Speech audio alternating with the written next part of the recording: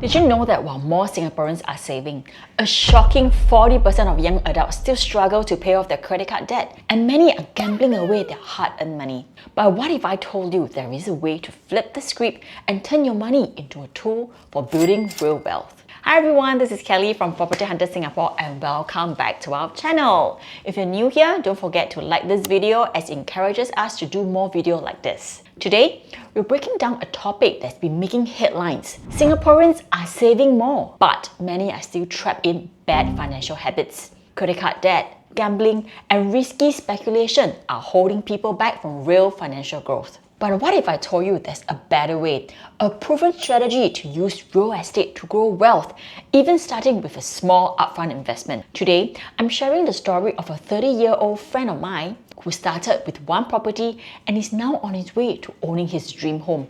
Plus, I'll break down the exact numbers to show you how he did it. Let's dive in. Let's talk about my friend Sam's journey. Unlike most people who start with a residential property, he chose a different path. At 27 years old, he purchased his first property, but it was a commercial property instead. So how did he manage to get funding for his properties? Well, if you're keen to find out, comment down below and we'll do a video on it next. Otherwise, you can always contact us to find out more. He started with a $1 million commercial property. Instead of buying a residential property like most people, he went for a commercial real estate instead. Why? Because commercial units often offer higher rental yields and the rental income completely covered his mortgage with extra cash left over as passive income. And here's how it worked out for him. He purchased the property with 90% financing, which meant his upfront cash outlay was just $100,000 for the down payment and about $40,000 for taxes and fees. The monthly mortgage was around $4,200, but he rented it out for $7,000 per month. After deducting the mortgage payment, that gave him a passive income of $2,800 per month. So, with this extra cash flow every month, he then reinvested into a second property. That success gave him the confidence to scale up. So 2 years later, he purchased his second commercial property, again focusing on rental income. Now with 2 properties generating cash flow, he had enough passive income to cover both mortgages and pay for the monthly installment on his first private residential property. In other words, his tenants were essentially funding his dream home. And here is the breakdown. His second commercial property was $1.1 million. Again, with a 90% financing, his upfront cash outlay was about $145,000, including taxes and fees. The monthly mortgage for his property was about $5,000, but the rental income was $7,500 per month, giving him a passive income of $2,500 per month after deducting the mortgage payment. Now, with 2 properties, he was generating a passive income of $5,300 every month, while both properties continue to appreciate in value. With this strong cash flow, he decided to purchase his first private residential condo for $1.8 million.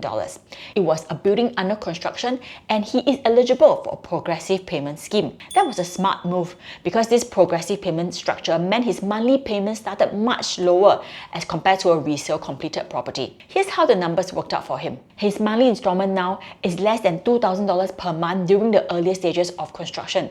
Passive income from the 2 commercial properties is about $5,300 per month. That means he will actually get a surplus cash flow of $3,300 per month. He's doing all of this while living a modest lifestyle. He doesn't own a car, takes public transport, and avoids splurging on luxury goods such as branded watches and sneakers. Instead, he let his money work hard for him through real estate. I hope you guys are learning something so far. Before I continue, please help me by liking or sharing this video. Okay, back to the topic. So here's the big picture of his journey. First property, a $1 million commercial unit that gave him $2,800 in monthly passive income. Second property, a $1.1 million commercial property that added another $2,500 income, passive income, bringing it to a total of $5,300 per month. A third property, a building under construction private condominium under progressive payment, fully funded from the income from his earlier properties. And now, he's planning to upgrade to a landed home in the next 2 years,